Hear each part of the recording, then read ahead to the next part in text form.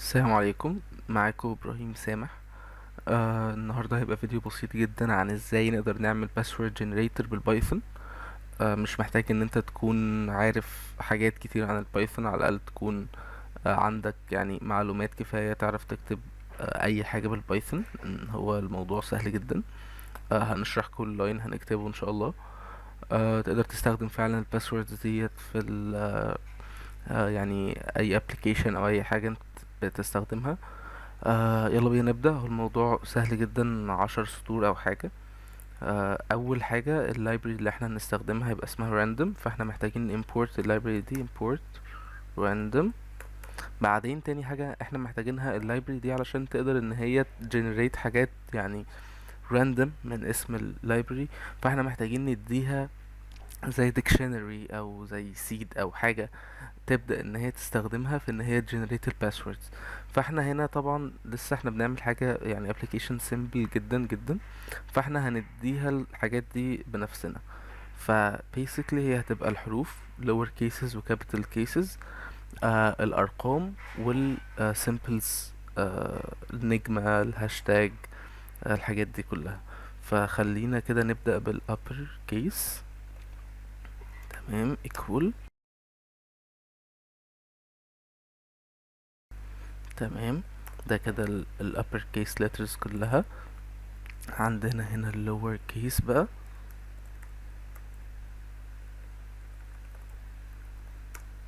هنقدر ان احنا ناخد ال upper case هنا نعمل له هنا lower. تمام، بعدين عندنا ال numbers نثبت طريقة معينة في الكتابة.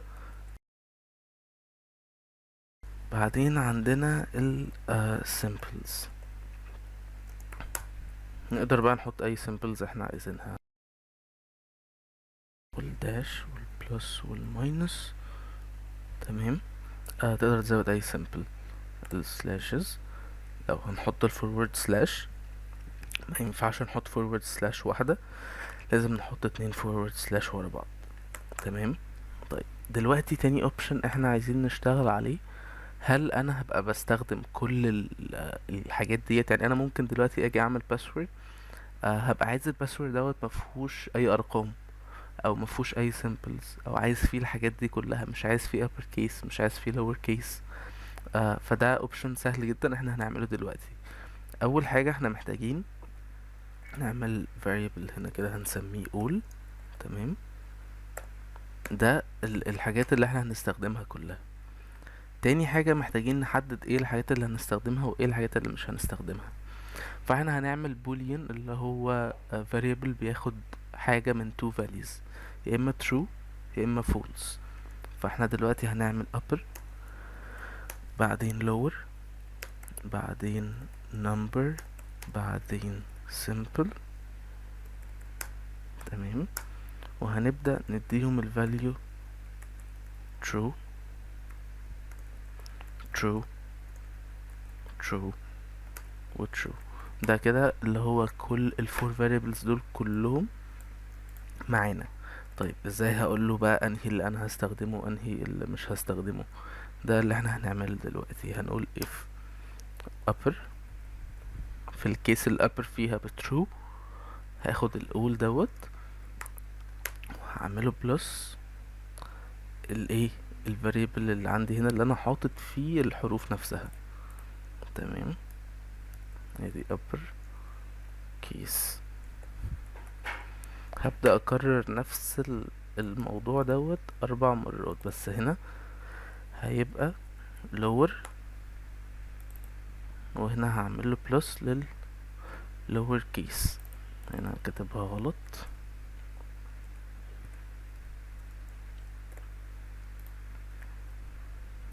هنا هتبقى number، وهنا هعمل بلس لل number variable بتاعي.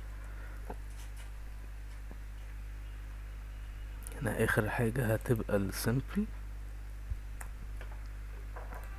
هعمل بلس لل symbols بتاعتي. تمام كده انا ببساطة الباسوردز اللي انا هعمل لها generation هيبقى فيها كل الحاجات اللي انا عملتها هنا. تمام. طيب دلوقتي محتاج احدد حاجتين كمان. الباسورد اللي انا هعمله generate دوت، هل اللينث بتاعه او طول الباسورد هيبقى كام كاركتر او كام ديجيت، طوله قد ايه. تمام. تاني حاجة هجنريت كام باسورد، هل انا عايز اجنريت باسورد واحد بس، عايز اجنريت 2 باسوردز 3 10 باسوردز، يعني حسب ما انا شايف او حسب ما انا محتاج يعني. فهعمل 2 variables هنا. اول حاجة password length، انا مثلا عايز الباسورد ده يبقى طوله 15. وتاني حاجة number of passwords، عايز مثلا 5 passwords بس. تمام. هبدأ هنا هعمل loop for I in range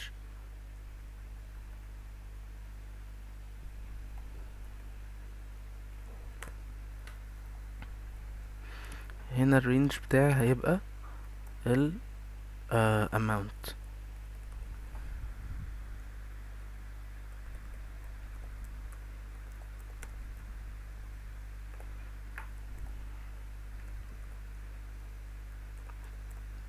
اللي هو ال number of passwords. تمام.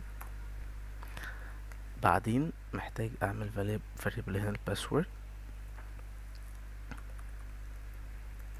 ده بيساوي هنا string فاضي، وهعمل له join.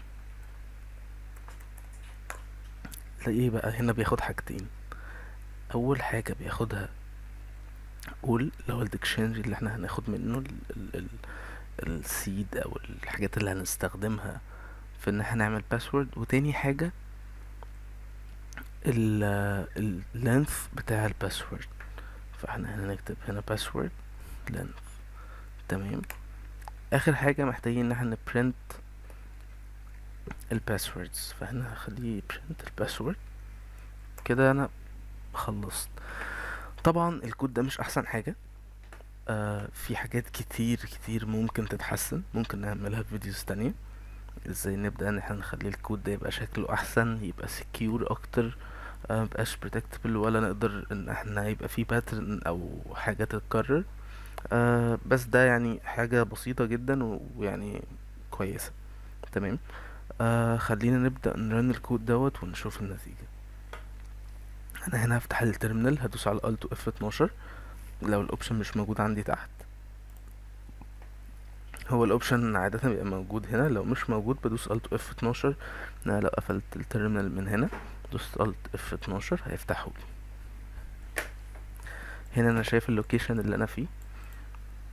هرن الابليكيشن، هكتب بايثون هنا اسمه main.py وادوس انتر. هنا بيقول لي في حاجة غلط. فين؟ اهو في ار بس ناقصة هنا. نعمل clear، نعمل الابليكيشن run تاني. ثواني.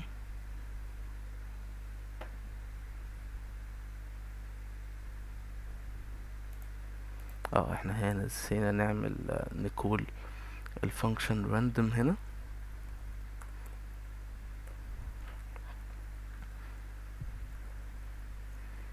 الفانكشن اللي احنا هنستخدمها بالتحديد من جوه random اسمها sample. هنبقى نتكلم عن الفرق، يعني في حاجات تانية كتير غير sample. لو بصينا هنا عندنا seed، عندنا sample، عندنا shuffle، عندنا حاجات كتير choices. هنتكلم عن الفرق ما بينهم، بس في دلوقتي اللي هنستخدمها هتبقى sample. دي 1 2 3 4. لو حابين نخلي مثلا طول الباسورد 40، ورجعنا عملنا رن تاني هتلاقي طول الباسورد اختلف. حبينا بدل ما generate 5 passwords generate 10 passwords. نرجع هنا تاني. بس كده احنا عملنا password generator بالسهولة ديت. طبعا الكود مفهوش اي حاجة، الكود حتى مش طويل، هو بس انا مقسم على كذا سطر. دي كل حاجة. نقدر ان احنا نجرب نشيل حاجة معينة. مثلا انا هنا عايز ما استخدمش اي نمبرز في الباسورد. يعني احنا لو شفنا هنا كل الباسوردز فيها ارقام. انا هنا لو جيت على number وخليتها false، سيفت، عملت clear ورنيت الابليكيشن تاني، هلاقي ان هو مفيش اي ارقام. بس ده كان فيديو النهاردة. طبعا هو بسيط جدا، حاجة من الحاجات اللي هي لو انا حد لسه بتعلم بروجرامينج، لسه يعني ببدأ ان انا اتعلم بايثون او بتعلم اي بروجرامينج لانجويج، برضو ببقى لسه مش متخيل ازاي اقدر ان انا اخلي الابليكيشنز دي تطلع لي حاجة انا فعلا هستفيد منها او ممكن استخدمها. فده ابلكيشن من الابلكيشنز البسيطة جدا فعلا اكيد يعني بتبقى محتاج تعمل باسوردز للاكونتس بتاعتك او كده. طبعا في طرق تانية احسن بكتير وابلكيشنز تانية احسن بكتير فيها فيتشرز كتير. بس basically هي نفس الفكرة يعني. في تفاصيل اكتر وفي حاجات احسن ممكن نخلي بيها الابلكيشن ده افضل. بس ده ممكن نبقى نتكلم عليه في فيديوهات تانية بعد كده. بس كده ده كان فيديو النهاردة.